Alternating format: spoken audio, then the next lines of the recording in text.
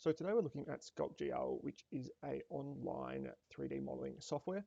And we'll go over a few of the tools that we'll be using and just how to set up your document and getting ready to create some different things. So you start off with a sphere. If you left click on the background and drag around, it rotates it around that object. If you zoom in and out with the scroll, it zooms in and out. And if you hold down Alt left click, it drags the scene side to side. And pressing spacebar will go back to your object. So under scene, you can clear the scene and go back to nothing. And that means that when you click on scene again, you can add whichever shape you want. So you have a form such as, say, like a cube, if you wanted to work within that. I'm just going to keep it at the moment as a sphere. And we'll just go over some of those basic sort of different tools that we're using. So you can see at the moment, if I just click and drag here, I have symmetry on. So it does the same thing on either side of the object. And you can see that, yeah, as it is doing sort of here. And that's fine. Control Z to undo. If you don't want symmetry on, easy, you can uncheck it at this box. And that means that now, when you click and drag, and this is just doing some circles and holding, it will just create that on one side, not both. So it depends how you want to work. If you want to be perfectly symmetrical, turn symmetry on and you can do that. So the tools we're looking at today are brush. So under tool, brush, smooth, drag. So with these tools, brush is basically making a extrusion on the surface. If you just click and drag over here, you get these extrusions that start to appear, and the more that you click and drag, the more that they pull out from each other, just kind of like that.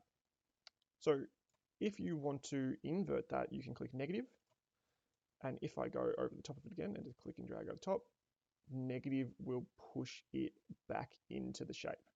And you can see that you start to get these little messy bits here. So that's positive, pulls out, negative pushes in. The next one we're looking at is smooth. So that's brush. If you go smooth, you can smooth this out. And as smooth sort of explains, it is just going to smooth out those features. So all of a sudden, we have these smoother shapes that it is kind of fixing up. So smooth and smooth. And now we just have these two sort of hollow indents. Once you click on smooth again, drag. Drag is, as you rotate around the object, you can see that the axis of that red circle changes. So if I say click right on the back here as far as I can and click and drag up, it's going to drag a shape out of that axis there. So let's do the same on the other side as well. So it's just dragged that massive shape out of there. If you change your radius and say on the side, you can just drag out a smaller one as well. It doesn't, you can make it really big and it's going to pull that whole face out. Or if you make it smaller, it's only going to be like a pinpoint. So let's kind of leave it like that. And what I'll actually do is I'll go drag and make it really big again. Let's just drag this whole nose across a little bit. And Control Z just to undo it if you need to fix it up. Now I've got this kind of shape here. So what I'm going to do next is go smooth, and I'm just going to smooth out these features again. So I'm just going to smooth all of these out just to fix it up a little bit. And we've got this kind of face which is happening. And you know what? Let's go back to drag. And let's just add a little bit of a kind of neck to it to just give it that feature. So click and drag out. Click and drag out here. Doesn't have to be neat. Click and drag out. You can see we're starting to warp that skin again. So I'll click on drag and just go back to smooth and smooth it out. But these are really the basic features which we're sort of looking at today. Brush, smooth, and drag. And with all of these, can start to make some pretty interesting different shapes. So if you want to say create an eye, it could be using the brush and just doing a little bit of circle work and just going circle, circle, circle around on a small little area. So let's indent those. Let's actually make the brush radius a bit smaller, drag the intensity down a little bit, and turn off negative. And on the inside of here, do the same thing. Do some more circles. Clicking and holding.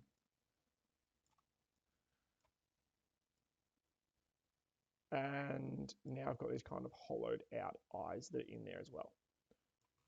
And that's basically the basis of SculptGL, is just looking at brush, smooth, drag, and starting to create some sort of form, some sort of object, some sort of character. To save, which is really important. Files in the top left, if you go export, and go save SGL, so that is the SculptGL format, click on that, and it's saved it as your mesh 2, and that is saved to the downloads. It's really important that you have that and that you keep that file safe. If I refresh this page, it is going to take us back to this, and all of our work's gone. All we need to do is basically drag this into the page again, but first we need to just go clear scene. So scene, clear scene, so it's just completely blank. Once your scene is completely blank, grab your file, so it'll be in your downloads folder, and just drag it in. And now we've got it back here. And so now we have our sort of 3D model back here ready to work on again. So really important that every time you do it, you export it.